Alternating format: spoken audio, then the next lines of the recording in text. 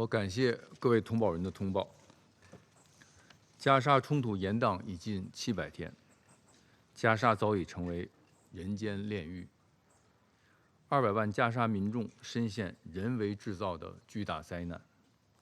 上百万加沙民众正面临粮食安全的紧急状态。国际社会必须穷尽一切努力，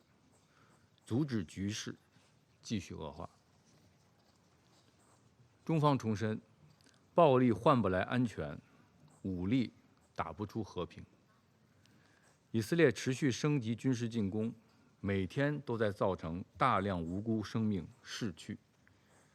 8月25日，以色列袭击纳赛尔医院，导致20多名平民、记者和医务人员死亡，再次造成骇人听闻的惨剧。以色列还在推进接管加沙的军事计划，一旦实施，必将造成更多的杀戮和流亡，给加沙民众和被扣押人质带来更多的危险和不安。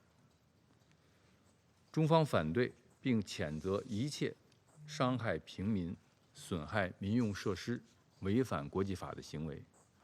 敦促以色列听取国际社会的强烈呼声，立即停止在加沙的军事行动，立即停止采取加剧紧张局势升级的危险举动。中方重申，违反国际人道法不可接受，人道物资武器化不可接受，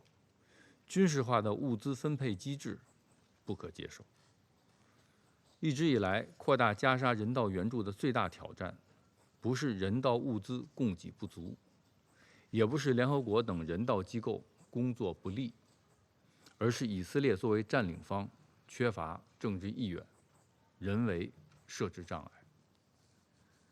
我们呼吁以色列履行占领方的国际人道法义务，开放全部过境点，全面恢复人道物资准入，支持联合国以符合人道主义原则的方式开展援助，切实缓解加沙的人道灾难。中方重申，巴勒斯坦独立建国的夙愿迟迟无法实现，是巴勒斯坦问题得不到解决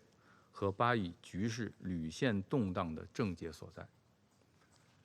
巴勒斯坦人民的建国权、生存权、回归权不能继续被漠视。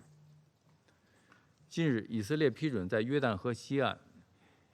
E1区扩建定居点计划，此举将严重冲击巴勒斯坦领土的连贯性，损害巴勒斯坦建国基础。国际社会应当延续落实两国方案高级别会议的积极势头，以最大的紧迫感重振两国方案政治前景，坚决反对针对巴勒斯坦人民的强制迁移，反对吞并西岸和加沙的危险企图。主席，中东不静，世界难安。当前中东局势复杂脆弱，热点交织，而巴勒斯坦问题始终是中东问题的核心。中方支持安理会为实现加沙停火止战、缓解人道灾难，采取一切必要行动，呼吁各国，特别是对当事方有重要影响力的国家，秉持公正、负责任的立场，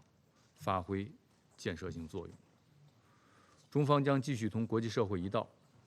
努力推动平息加沙战火，落实两国方案，最终实现巴勒斯坦问题的全面、公正、持久解决，让巴以双方人民共享安宁和幸福。谢谢主席。